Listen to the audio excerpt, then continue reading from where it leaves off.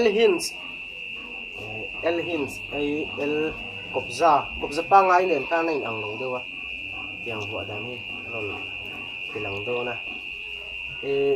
hydraulic kopza pa ngai ayan upload mula at sang su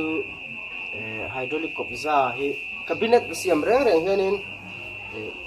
kan problem kin chu achiat mana ber chu kopza hi ni thina tuntuma hianin hydraulic kopza ni lo L hinge antia tiang hi kan mang do na ni kan hu do na ni hydraulic kopza hi zani le per khati zani samrup te ani tlang puya hi per khati cheng somriat le paruk borvel ani ya aman pot loma tin arin plug zok bok do na ni achan chu hydraulic kopza khanin rit ai khan hydraulic kopza ai khanin rit kha lot khala thei zok do na chu wang chuanin cabinet vela te almera kung khara te arin plug zok tura kanga yani kan tichinang a kopza chu kan hu do na helai tanga inchili hi hydraulic kopza built up kopza pa ngai bo pa kat ti kan kan measurement pa ngai ani ya tlang puya helai tanga inchili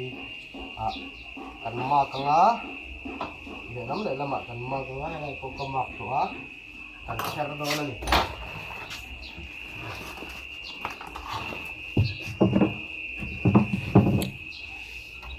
helai hianin rola sanga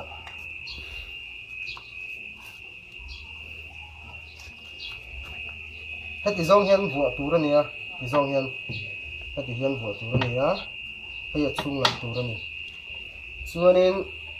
helai hin an zai tlang thina amara chu helai hi zai tlang khan hemi hi alang thina atlang lo che hian ati theia kon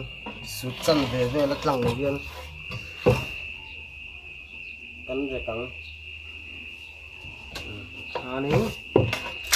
su chan ve la tlang lo hian tiang la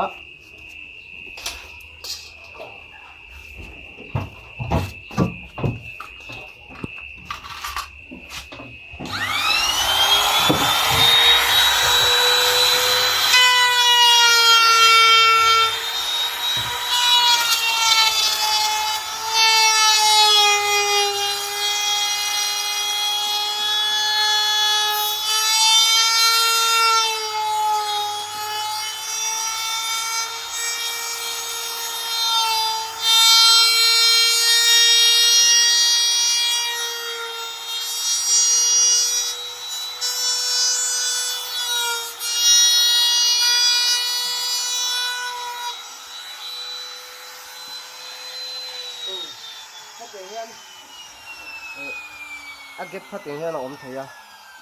phating hian gap ang khan le lam pang pho kan ti do na ni chu ni ma chuanin helai hi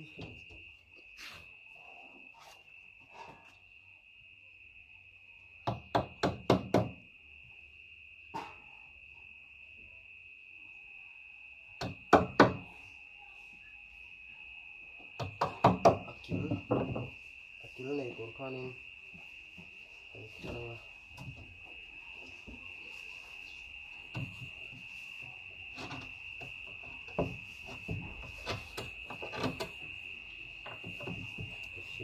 L hinge si arin plug zok along tram zok lasting zok ani so bang chani ani tu tetan a safety zok ka bang hen man or hi thakop man yani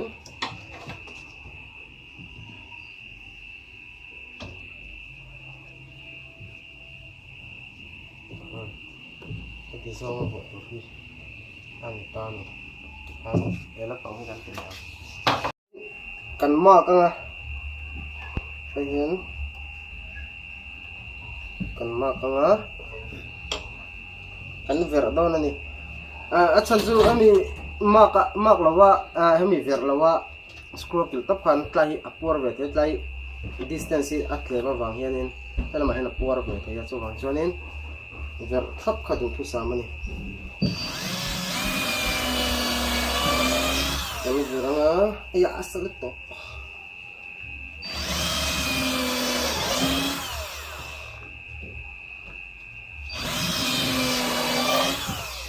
hemi hi kan re tlang lo wang hian avo hi aboi thak deuh hleka amar chu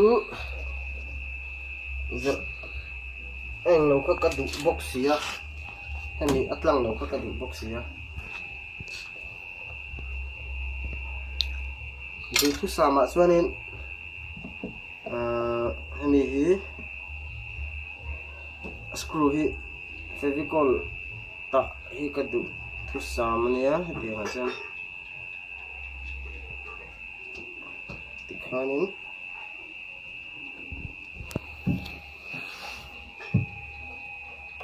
kan tidon ni cordless drill hanti kha ahar tat maya screwdriver antai tang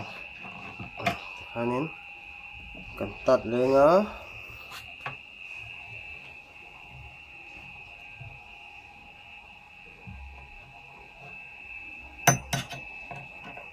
helai hi titlang ila chuan helai vo hi har sami lawa amar zu tlang lo kha amoi zok sia wangin hian titani anin wow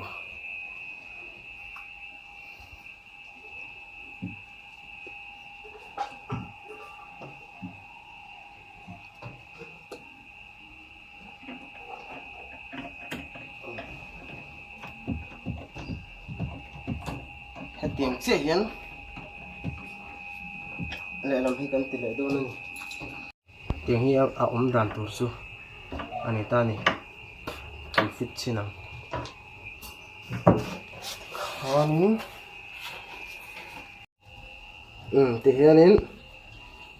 elai hi chu han ver poka lawa khan le lama tileang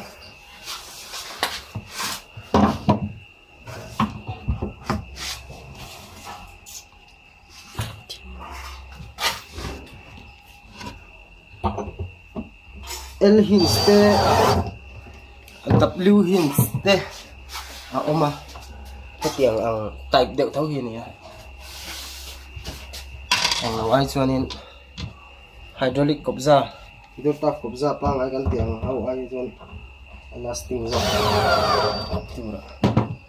ngai amaro chu mun oi a level lo wa chuanin ang login magneta te po ngai mấy thế te hianin om don ta ni ai no te thok na bom tur lang kor khaina no te kor khaina hangar khaina kana bo do na ha om na mun hi achwa da hi le de lo ba chu ba asir lama lam dan tha ani ta asir lama te hena lang ta malama tang chuanin aple dang vek khan alang ta ni atlang puin hemi hi an atlang khan an nachinak so kan atlang hian an ti thina atlang ati jona kopza hi alang thina hydraulic kopza ai khan alang moi don lo ta chu bang chuanin hemi hi ka kher tlang talowa te hianin aple ni na lang theita atha emema suma sef bokatin atlo zok don abokka ani tu te tan chor tu te tan po athana nat thak don lo ni per khat kha cheng somriat le paru helai kan are lo hianin arai tangul chi hian hon theita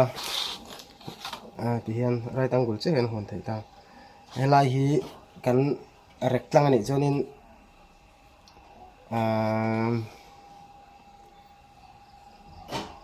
degree za som thum paruk velta point za som riat velta point a hon thei dona te hi chuan right angle chen hon tur ania